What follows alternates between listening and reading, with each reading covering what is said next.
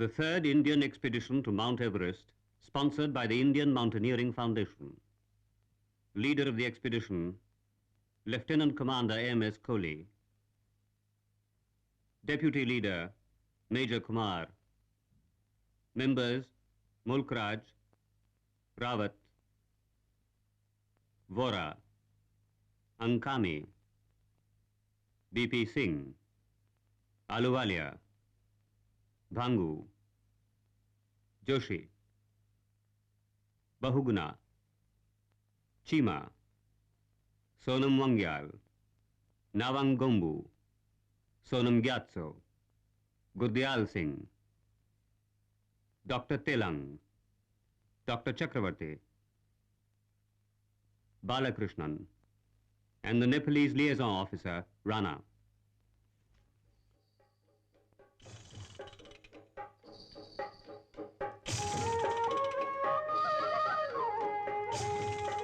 The 24th of February, 1965. Location, Jayanagar, a railhead in Bihar near the Indo-Nepalese border. Chaos? Confusion? Not really. It'll all sort itself out. 25 tons of equipment and stores.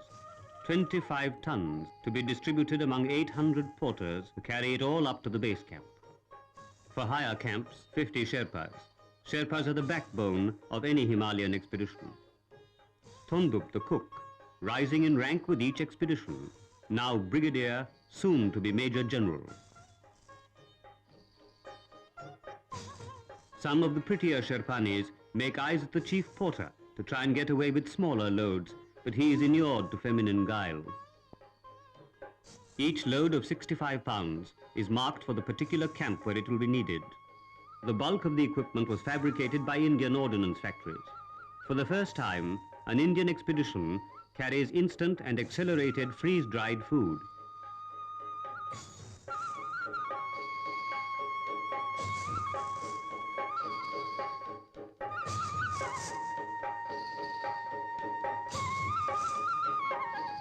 Last-minute preparations, a cold bath before departure. Much lopping off of hair in the hope of growing a lush crop. Major Kumar has no hope.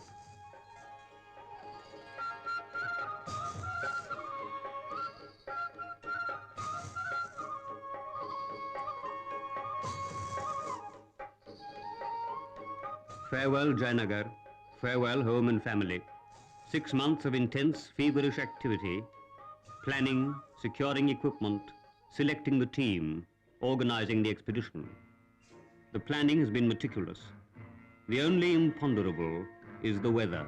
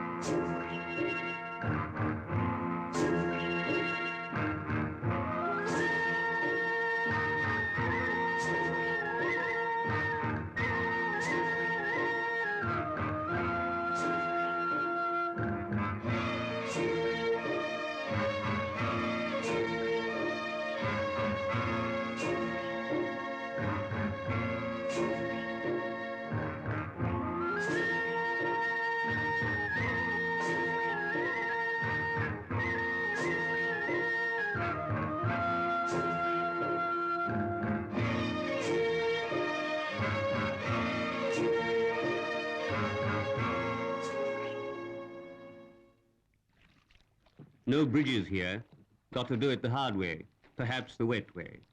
Dug out canoes to ferry men, women and precious baggage across the Sunkosi, a cold stream from the melting snows of the high Himalayas.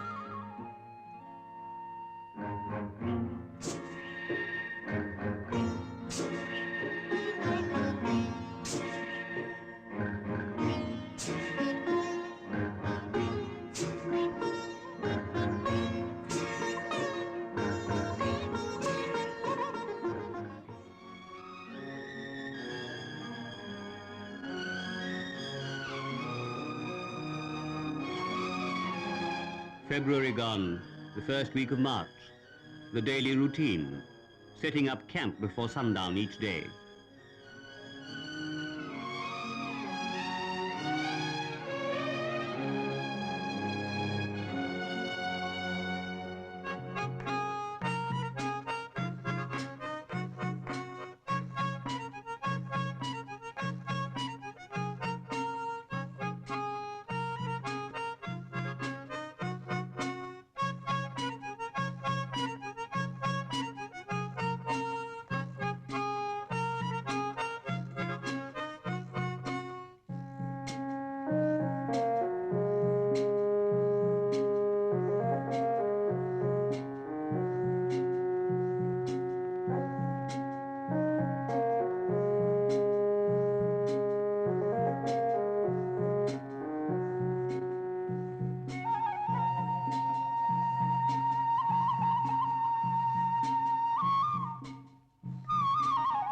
For the thirsty, chang and rakshi, homemade beer and spirits. Chima loves the stuff.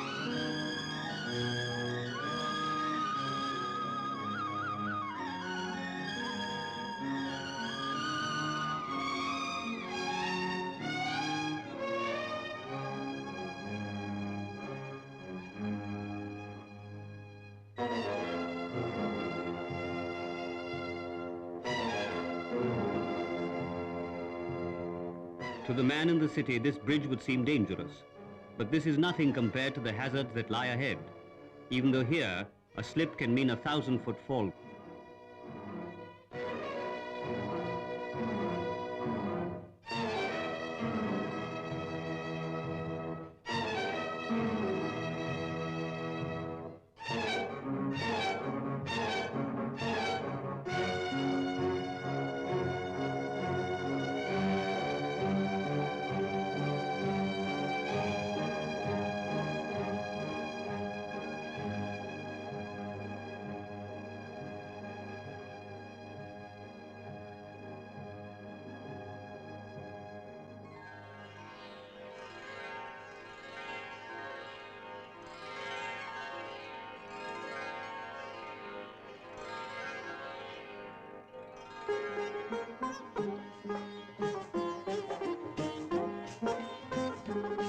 Two weeks on the march, and now the first glimpse of the high Himalayas, the abode of the gods.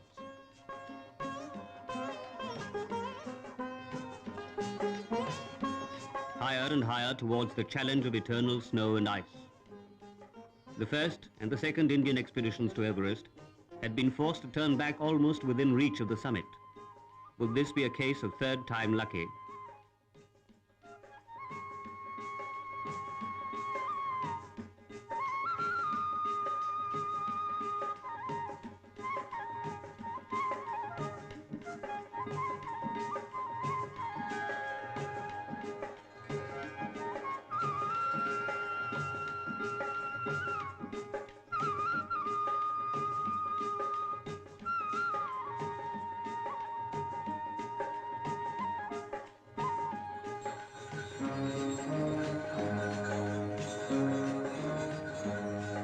The village of Kumjung, home of many of the Sherpas. Families and friends happy to see their dear ones again. This is the family of Assistant Sardar Pudorji, who never dreamt that he was destined to climb Everest.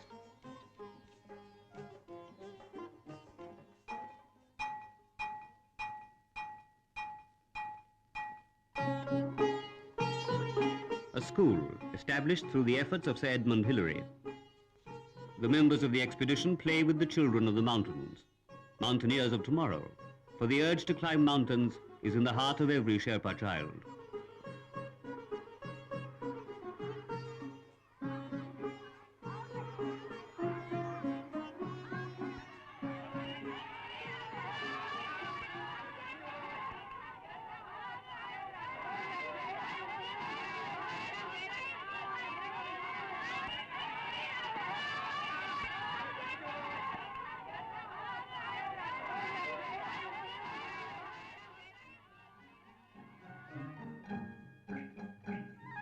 Thiangboche.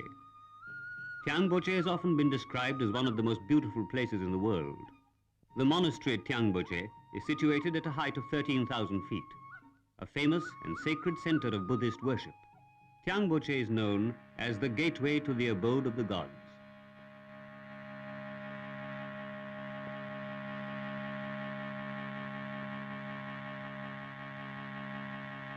The lamas of the monastery, on important occasions, enact the eternal conflict between good and evil.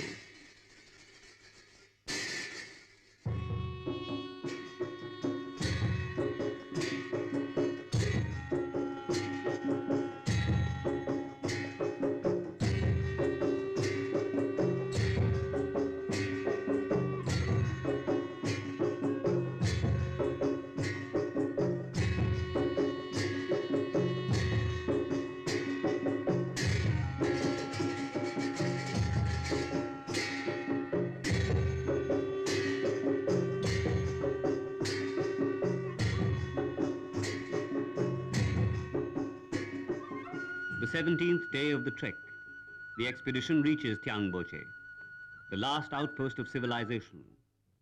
A day's march beyond Thiangboche, no more human habitation, only a world of rock and snow and ice.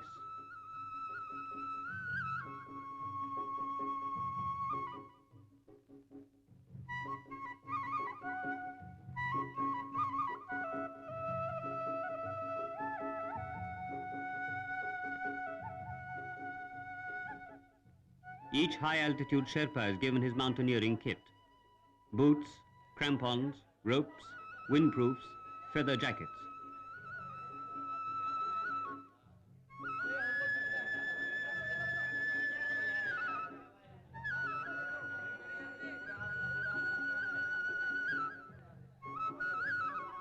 Dr. Telang, busy not only with his own charges, but collecting local patients as well.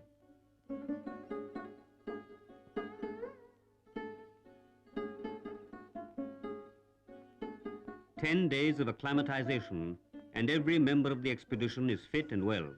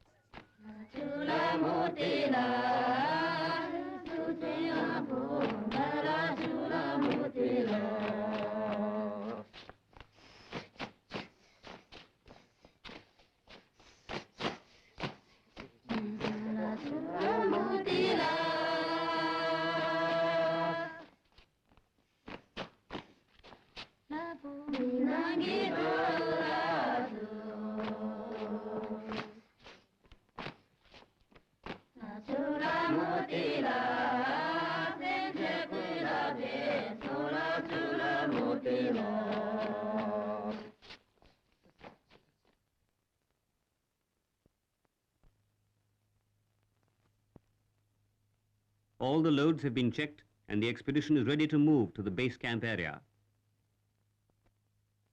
In the distance, the eternal plume of Everest, Chomolungna, goddess mother of the earth.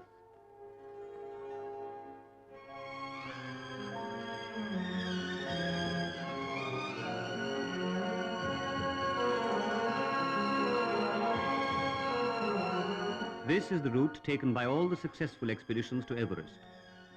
The British expedition in 1953, the Swiss in 1956, and the American in 1963. 2 Indian expeditions in 1960 and 1962 failed when within sight of the summit, beaten back by the fury of the elements.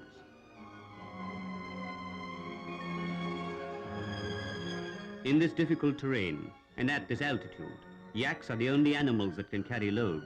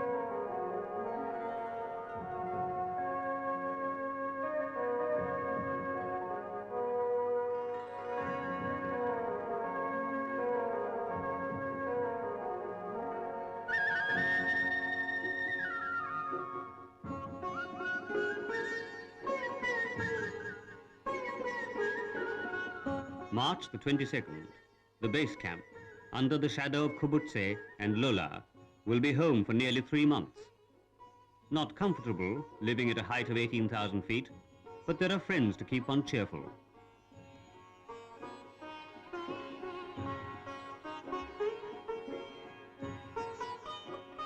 The Sherpas are a wonderfully warm people and courageous. There is no master and servant relationship here, no employer to employee relationship. No Sherpa will risk his life on desolate slope or high ridge unless you have won his affection.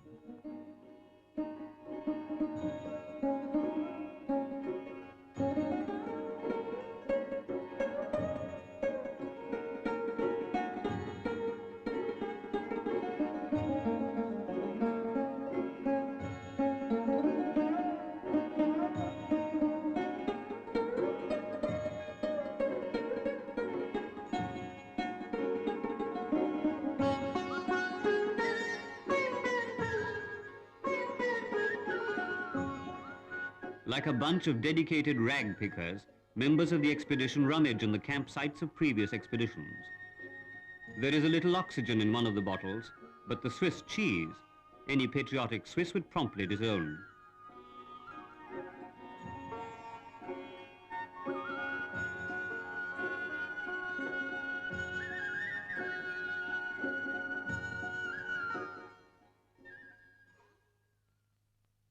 Time to get used to the climbing gear. Time to get used to treacherous ice. Time to put into practice all previous experience. Time to make the self-subservient, to be part of a team.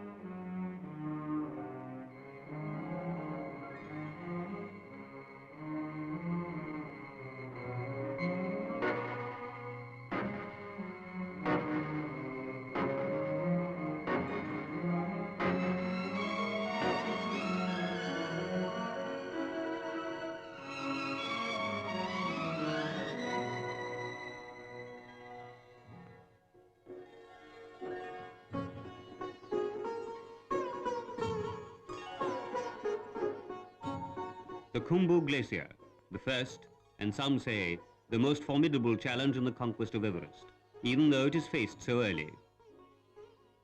This is an unstable region, subject to avalanches, to shifting blocks of ice. Today, a smooth path. Tomorrow, a deep crevasse.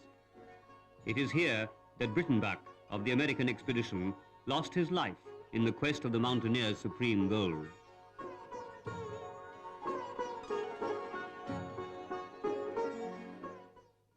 The first phase of the climb, to establish Camp 1 at 20,000 feet, and Camp 2, the advanced base camp, at 21,300 feet.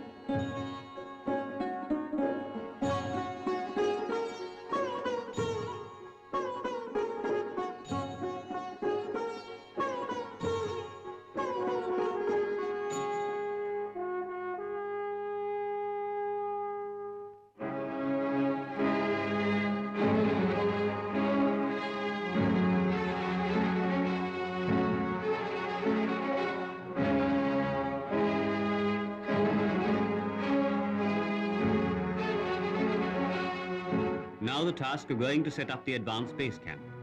with ice axes, pitons, ropes and ladders.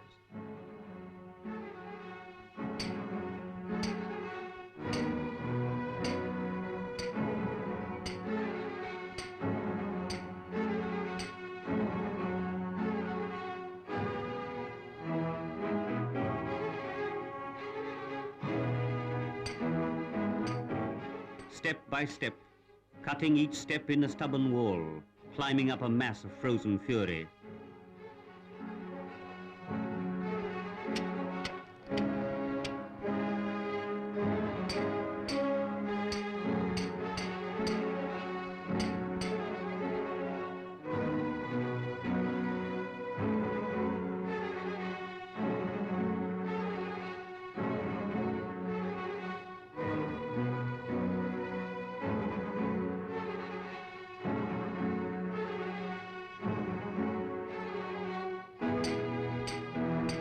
Step by step, marking the way for those who will follow, making it safe, or trying to make it safe, for those bringing supplies for the higher camps yet to be established. Kumar's frostbitten toes were amputated after the Nilkant expedition. With his battery-heated socks, he will not be able to make the summit. But with the Sherpas, he organizes supplies for higher camps.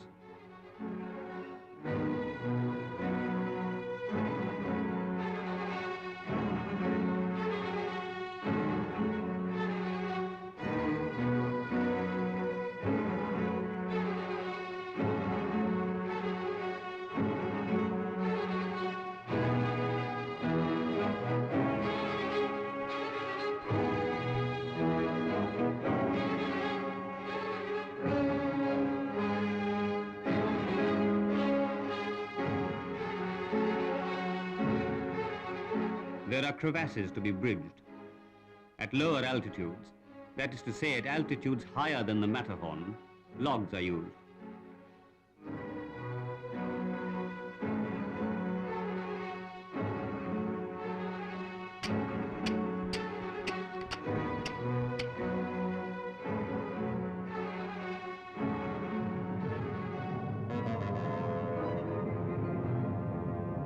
Vora minus rucksack gives an imitation of a tightrope walker. He doesn't think it's funny.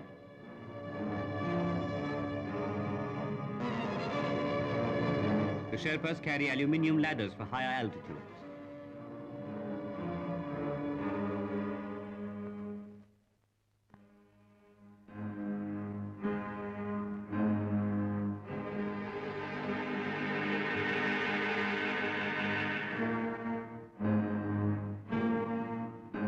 There are numerous walls of ice to be climbed, and aluminium ladders are a great help. They save the cutting of steps, they save time.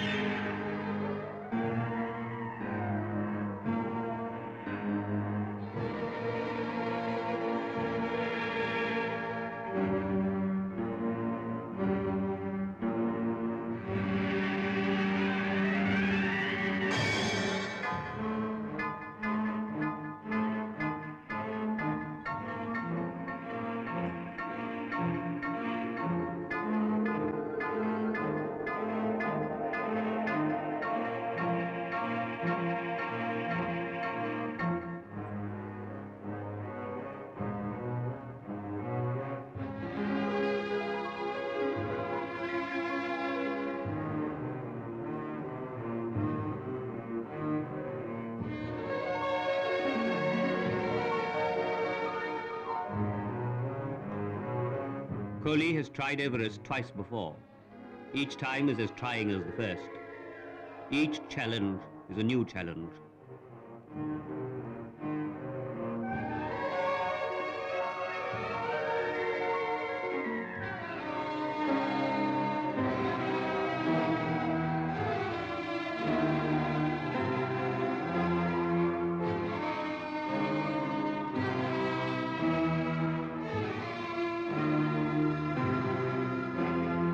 Higher and higher, climbing numerous ice walls, bridging every crevasse.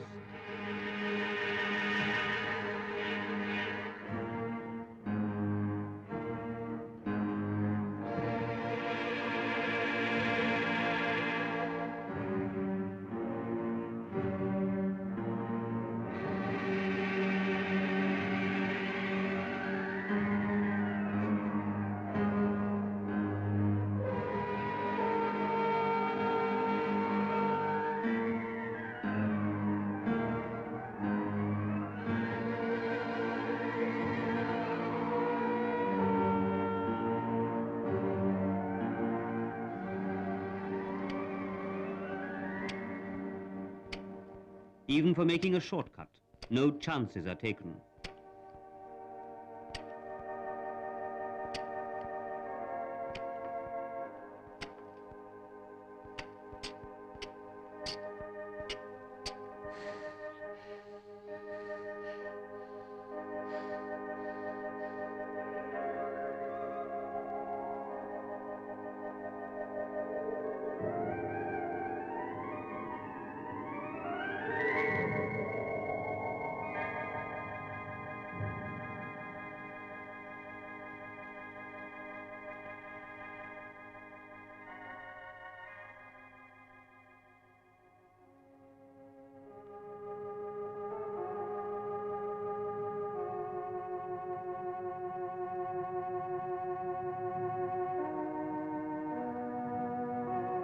Frozen fruit, anything will do.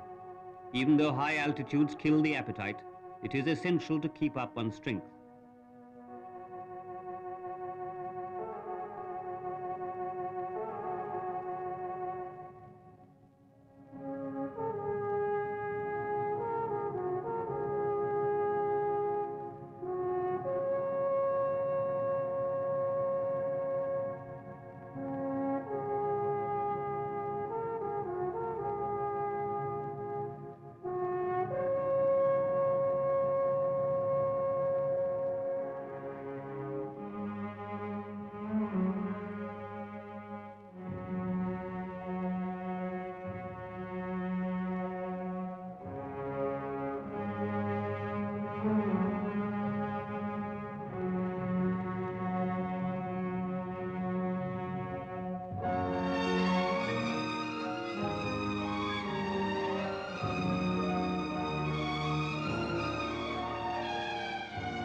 A rope serves many diverse functions, mooring a boat to a dock, for instance.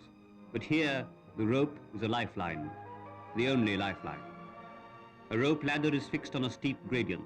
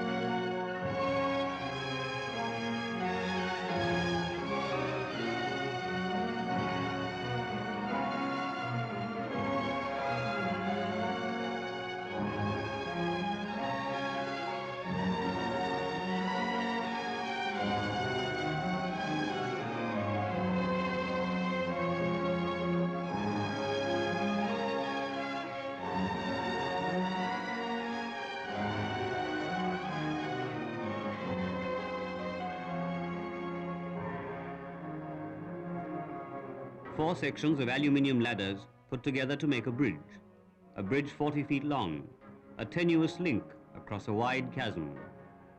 This is the longest man-made bridge at this altitude.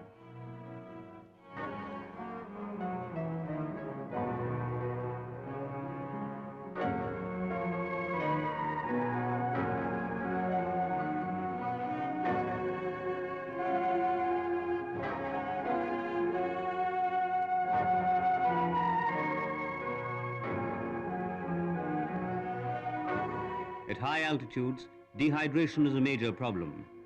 Water is important, more important than even in the Sahara.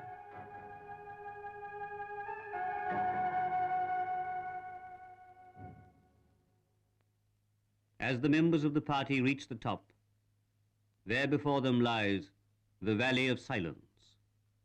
This is what the Swiss called it. With an apparently British sense of understatement, it was called technically the Western Coombe, an archaic Welsh word which means valley. Here is established the advanced base camp, the nerve center of activities beyond this height.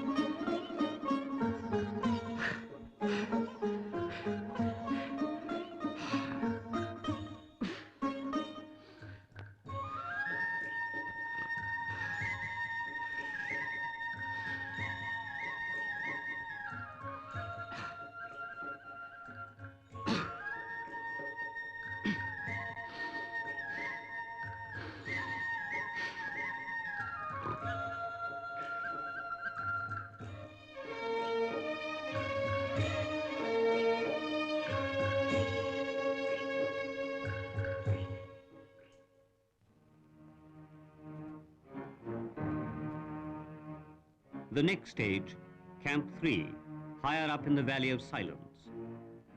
Camp 4, on the Lhotse face at 25,000 feet. Camp 5 on South Col. Lhotse, rising from 22,300 feet to 27,890 feet, the fourth highest peak in the world. There is no need to climb the peak, but it is necessary to traverse across its icy slope to reach South Col. A team of 4 members and Sherpas cut a slow path across the Lhotse face to mark the way. The members were allowed the use of oxygen, but some of them preferred to conserve it for higher reaches.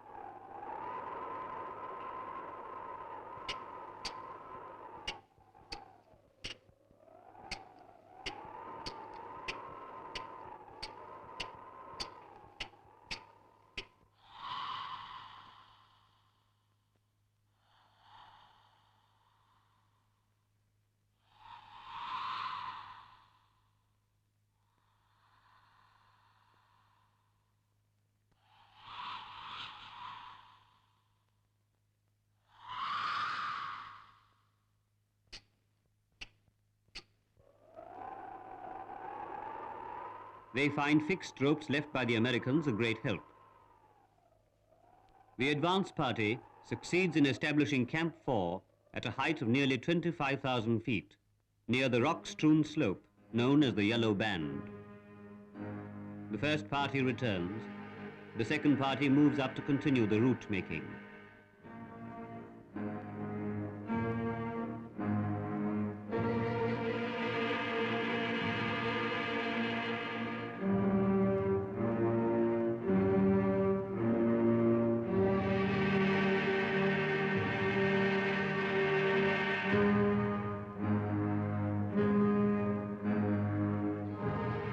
South Col lies in a depression between Everest and Lhotse.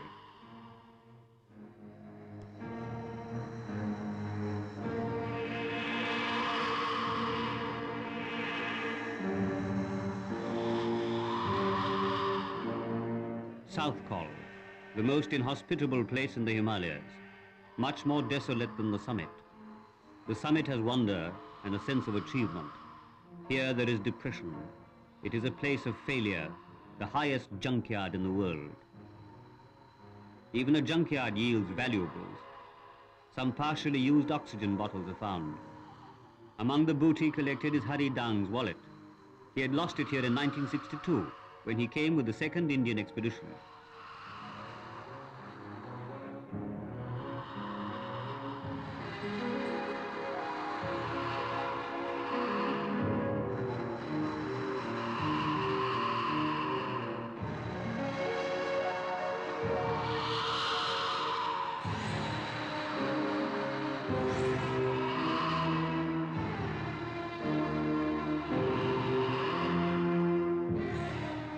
Despite lashing winds, the South Col camp is established. Now only one camp to go, and then the summit. If they can make it, it will be something of a record, because no one has attempted the summit so early in the year. This on the 28th of April, with hope and confidence. The weather.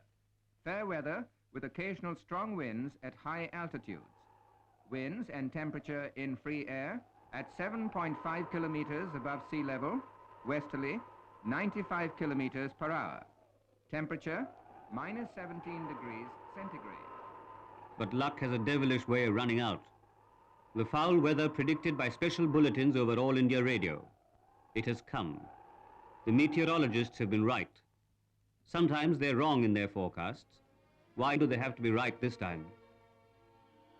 Then the decision to abandon the attempt. Was it all for nothing?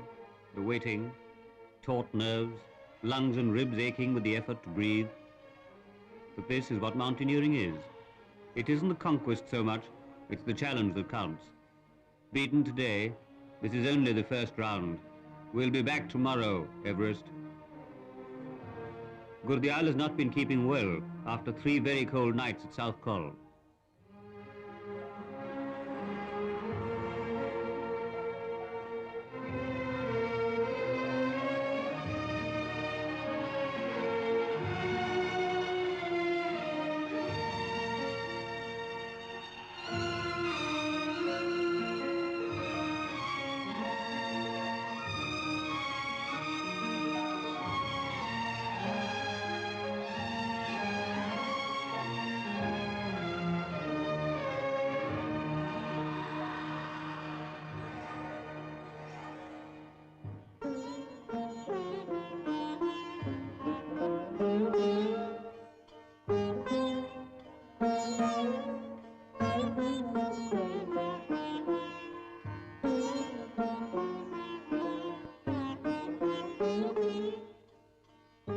Hot tea, brandy is not allowed.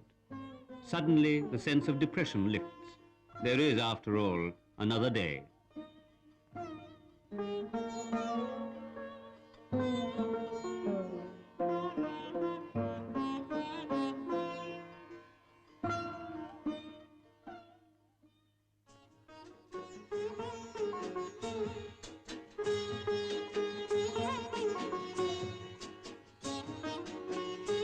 A fortnight of waiting, 15 days of boredom.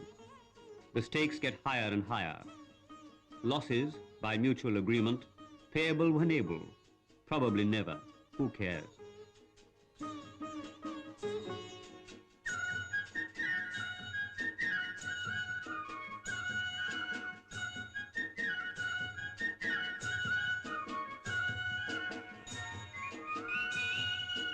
The stocking of higher camps continues, preparing for the second attempt.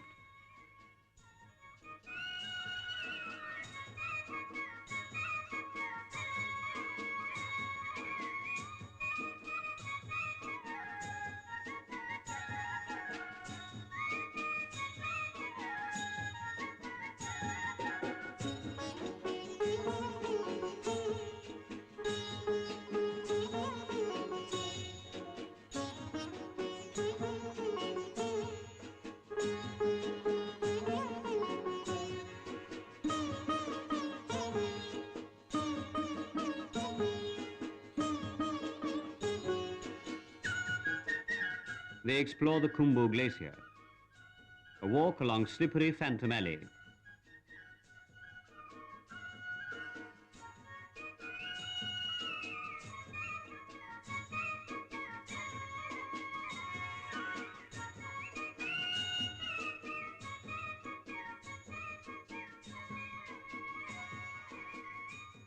How do the Eskimos live? Let's find out. Alas, no one to rub noses with. Just as well, no time for romance. They have to keep fit at all costs. Tomorrow or the day after, the weather might clear. Then, the challenge once more.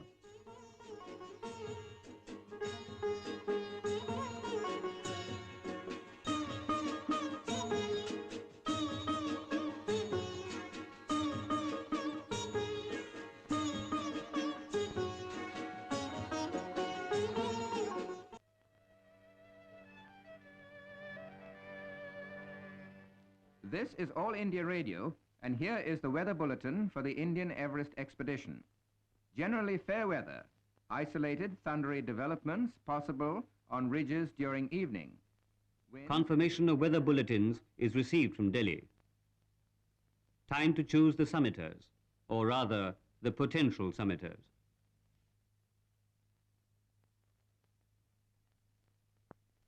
Oh, Bull, come in. Kohli, I hope it's not the unpleasant job of selecting the summiters again.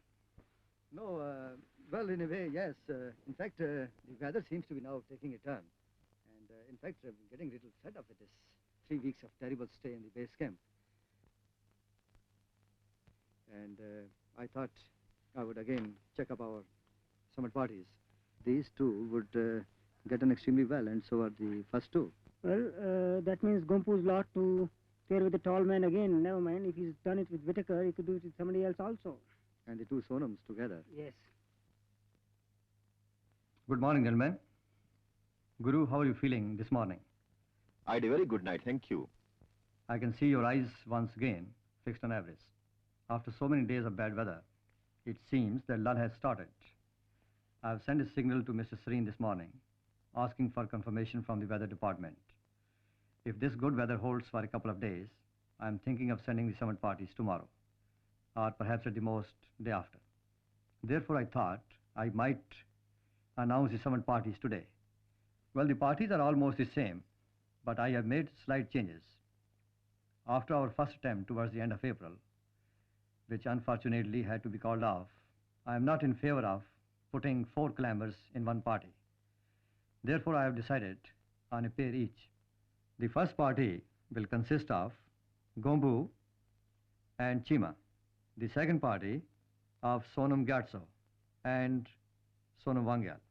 The third party will be C.P. Vora and Ankami. It depends on oxygen whether we can send 4 climbers or 2 climbers in the last party. The last 4 will be Bhaugna, Aluwalia, BP Singh and Rawat. I hope all of you are ready, and if the final confirmation comes today from Mr. Serene, you should be able to leave tomorrow. I say, Sonam, I hope you have made arrangements for the food to be taken to the summit. Yes, I've already talked to our General Tendu regarding our, especially regarding chicken part. I would like to include 6 or 7 roasted chicken from base camp. Will it be possible? Please, Sonam, talk for yourself. I can't think.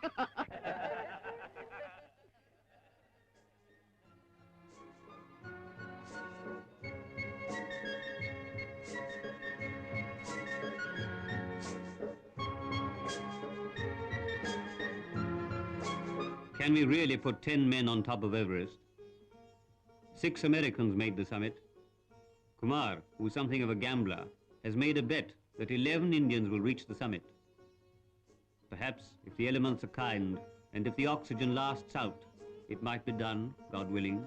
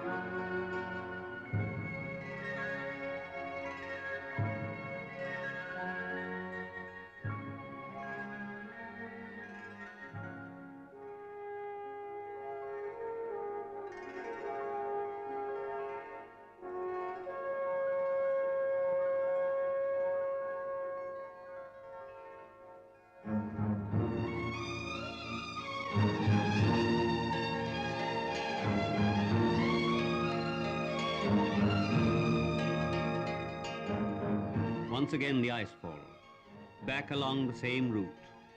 Will the good weather hold out this time?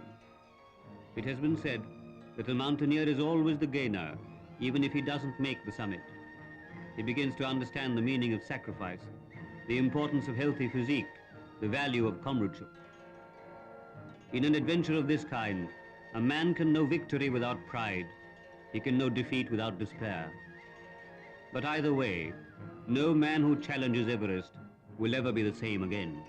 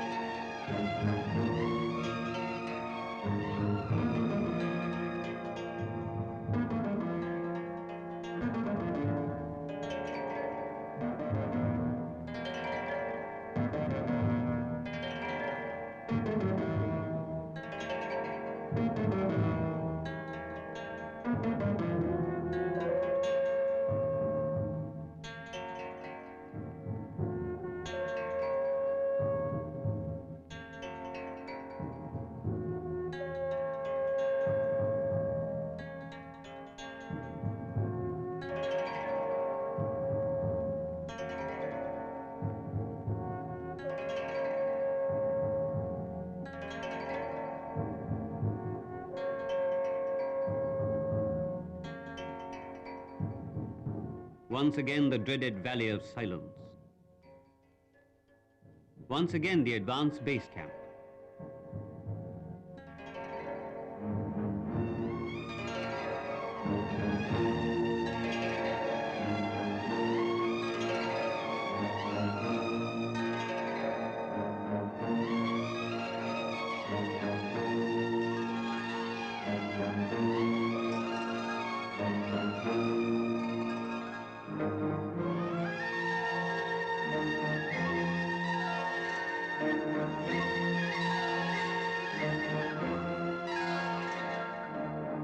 Once again the formidable Lhotse face.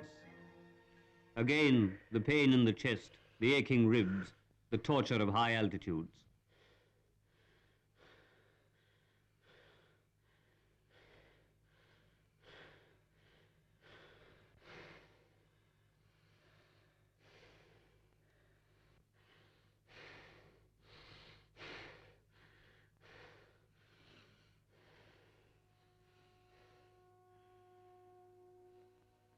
Chima, Gombu, Gurdial, accompanied by Sherpas, move up the Lhotse face.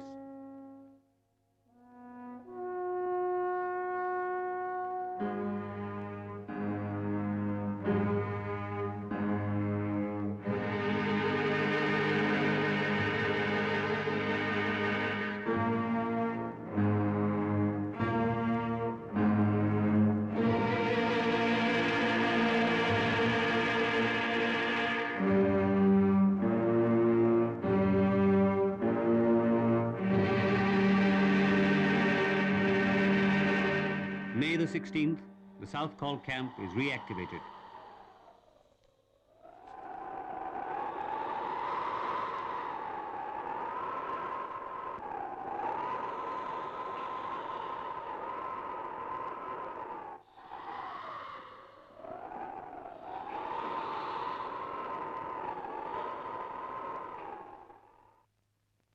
And now for the final phase, Camp 6, as near to the summit as possible. Then on to the summit. 7:30 a.m., May the 19th, Gombu and Chima, accompanied by Sherpas, leave South Col to establish the summit camp. The Sherpas possess magnificent physical stamina, cheerfulness, and willingness to work. They're willing to accept any challenge anywhere on the heights. Of 44 climbing Sherpas, 41 carried loads to South Col. 19 of them up to the last camp.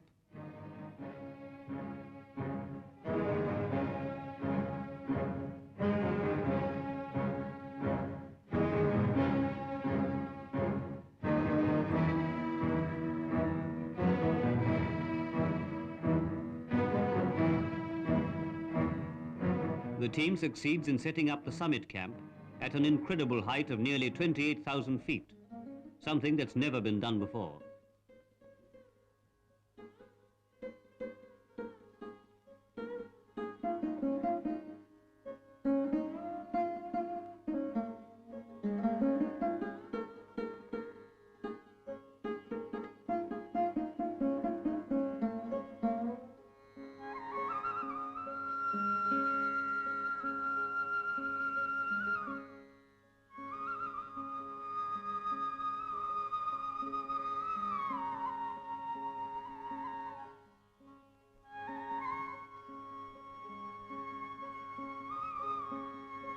May the 20th, 1965. Chima and Gombu are awake at 3 a.m. They're getting ready for the final assault. Gombu remembers when he reached the top with the American, James Whittaker. Can he do it again? Will he be the first man to have climbed Everest twice? For Chima, it will be the first time.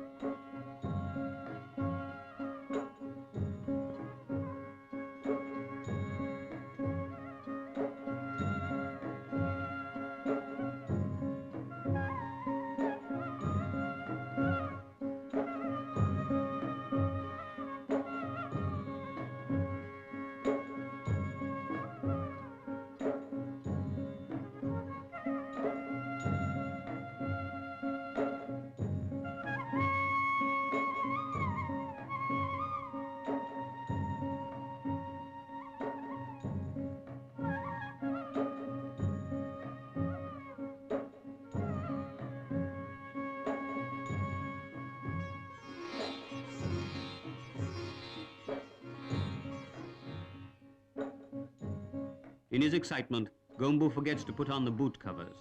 Of course, he puts them on later.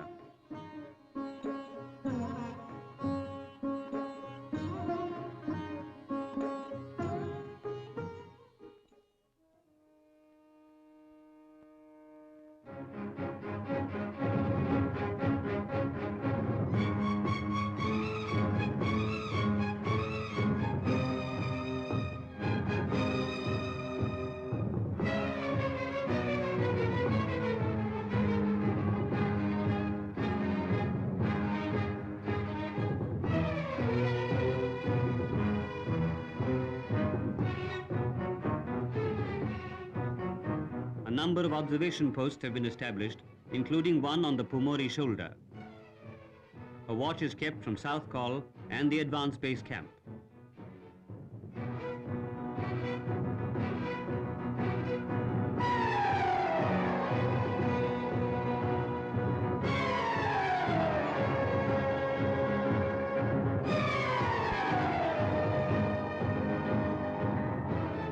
Advanced base for Camp 4. Advanced base for 4. Guru, can you see them? Guru, can you see them? Over. 4 to 2. Mohan, I got fleeting glimpses of them a few minutes ago. So did Nawang Dorje, in fact. But I am afraid we have lost sight of them. Yes, wait. I can hear Nawang Dorje say, he's saying something. He says he can see them. Yes, he says he can see them. Over. Guru, that's wonderful. Where are they? They must be near the south summit now. Over. 4 to 2. Mohan, wait a bit. I'm afraid my fingers are a bit numb. I can't press the button properly. Do pardon me. Yes, I can do it better now. Nawang Dorje says he can see them clearly, and I poked my head out of the tent and I can see them too. I think they are just over 100 feet below the south summit, but I may be wrong about the height. Over. Yes, I can see them. They're on a lower snow field. I can see them clearly. They're going up, and they're moving up. I can see them. And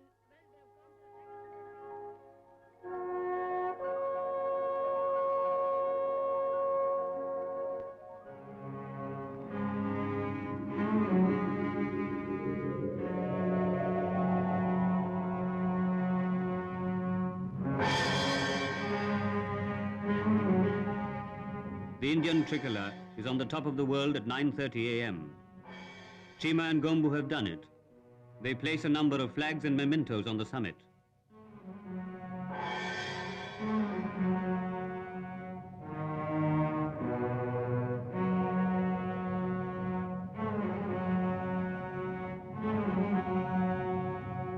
The summiters see below them the Rongbuk Glacier and the Tibetan Plateau beyond, the route of all the pre-war expeditions to Everest.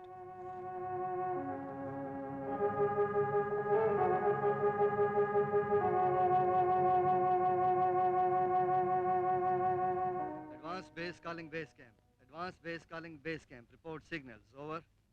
Hello, base camp calling advance base camp. Base camp calling advance base camp. Over.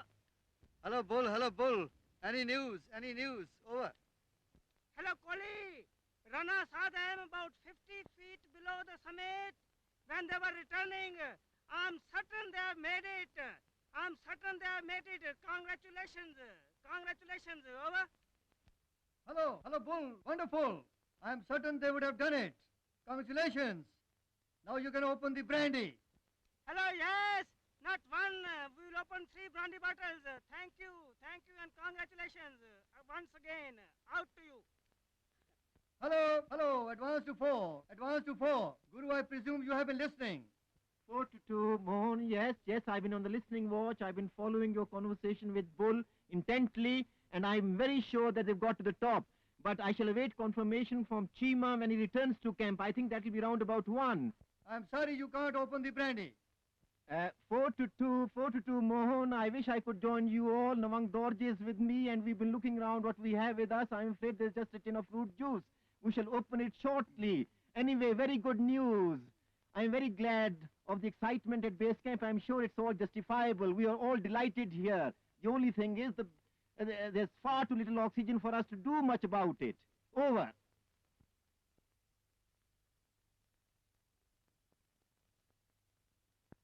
Four to last camp, over. Last camp calling camp 4. Can you hear? Over. 4 to last camp, Gombu, yes. Now tell me what happened. Last camp 4. We reach on the summit 9:30. We spend half an hour on the summit. Over. Good show, Gombu, yippee! Give me more details of the climb. Camp 4. We reach on the summit, all right. Coming down, little blizzard, little snowy, and Chima was most of well his eyes. We reach on last camp, 1:45. Over. Good, Gombo. Now what are the plans? When do you intend to go down to the South Col? Over. We're going down South Col. Today, we want to take first little rest. They want to drink some juice, and quite snowing. We want to come down to the South Col. Over. Down below at South Col. Time for the 2 Sonams to get ready. No more snoring for Sonam Gyatso. Time for work. He ought to have slept with his clothes on. No book of rules for him.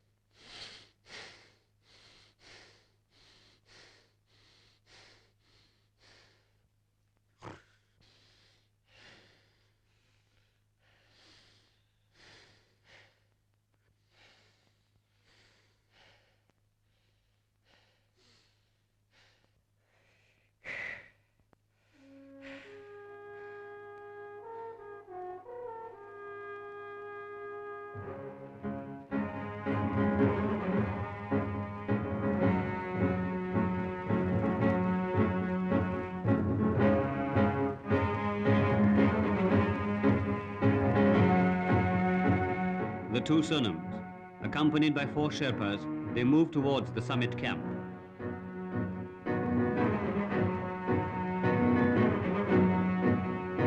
The weather deteriorates.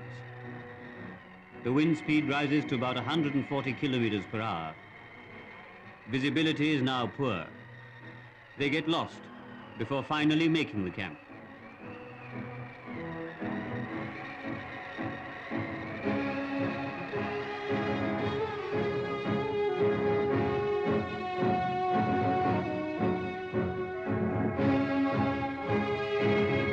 Meanwhile, the first summit party returns to the advanced base camp. There is no meeting quite so unique as the meeting of those who have braved the great peril of the Himalayas. It is a warmth which perhaps compensates for agonized lungs and cruel frostbite, the true warmth of friendship.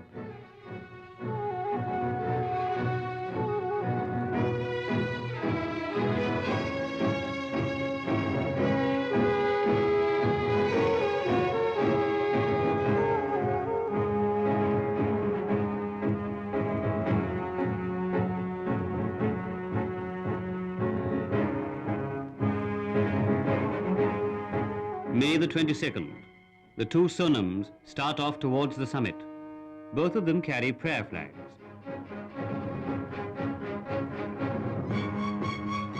Sonam Gyatso, who has frostbite on his waist because of a torn feather coat, finds the going tough.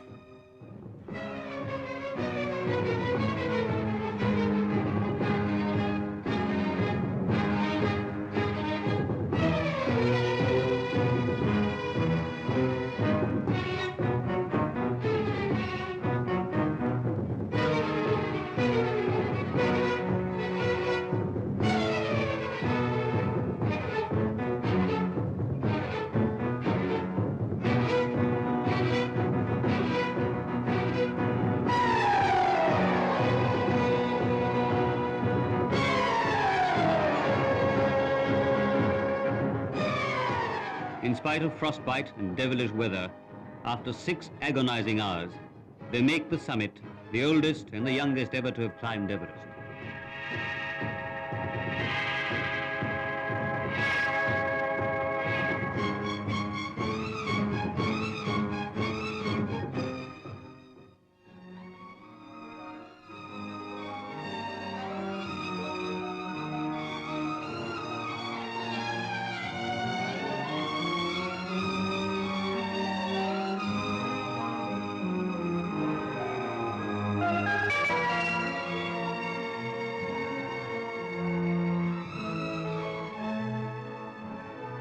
May the 24th.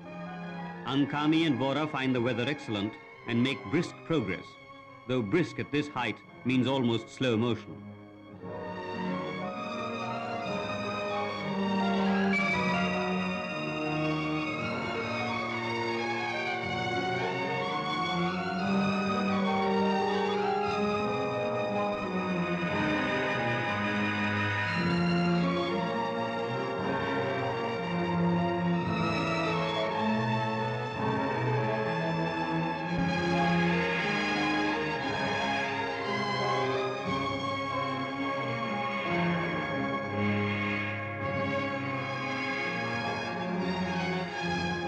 The tricolour planted by the earlier teams. They take this last shot before the movie camera gives way. Vora and Ankami reach the summit. Like the Americans, the Indians have put 6 men on top of Everest. Can they break this record? Will a 4th team be able to make the summit?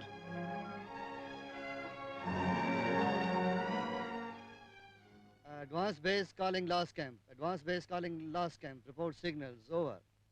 हम लोग 5 बजे यहाँ से निकाला था उतर समीर के ऊपर 10 बजे 10:30 बजे पहुँचा. ओवर. शाबाश शाबाश बहुत अच्छा बहुत अच्छा.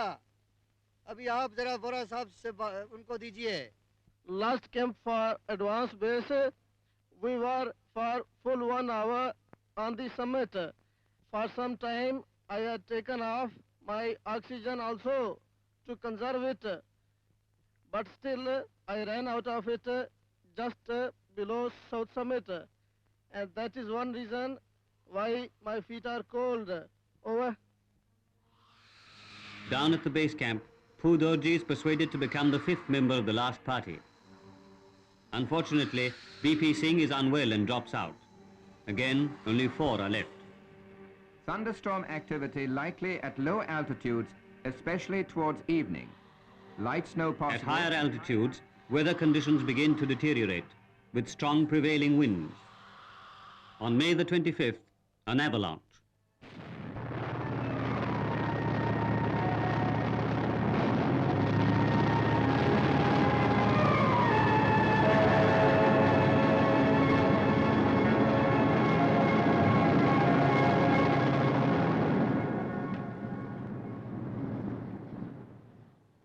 All the tents at Camp 3 are buried under 5 to 6 feet of snow.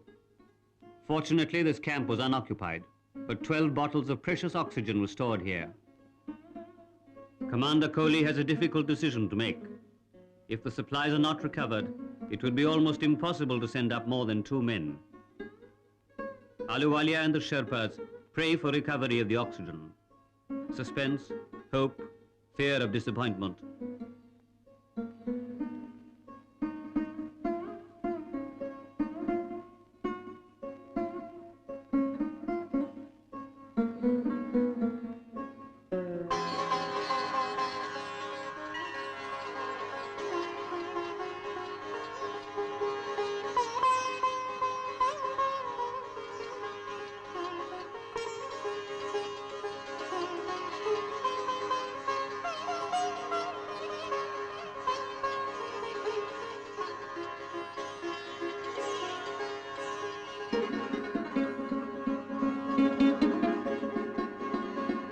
The gods have been kind. Not a single bottle of oxygen has been lost. Fantastic luck. The oxygen bottles are tested. Each bottle weighs about 13 pounds. Consumed at the rate of 4 liters a minute, the oxygen can last for approximately 4 hours.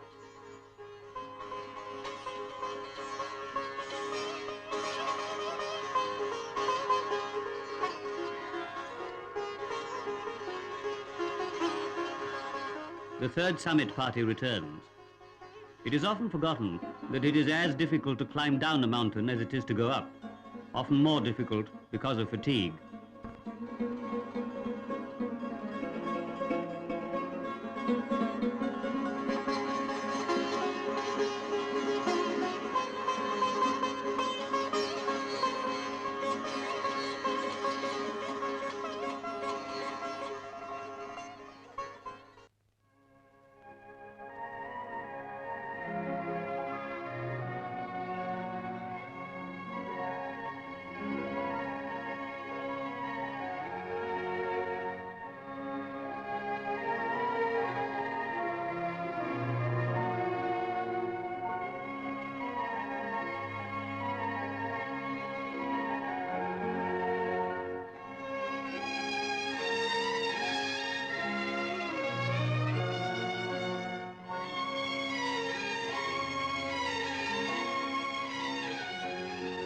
The team consisting of Ahluwalia, Rawat, Bahuguna and Assistant Sardar Phudorji, accompanied by 7 Sherpas, moves to South Col and beyond, reaching the summit camp on May the 28th.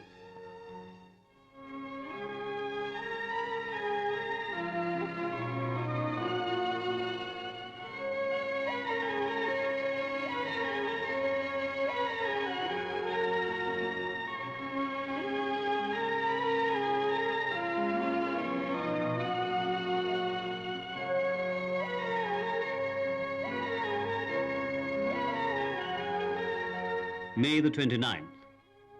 Ahluwalia and Phudorji start off early in the morning on one rope.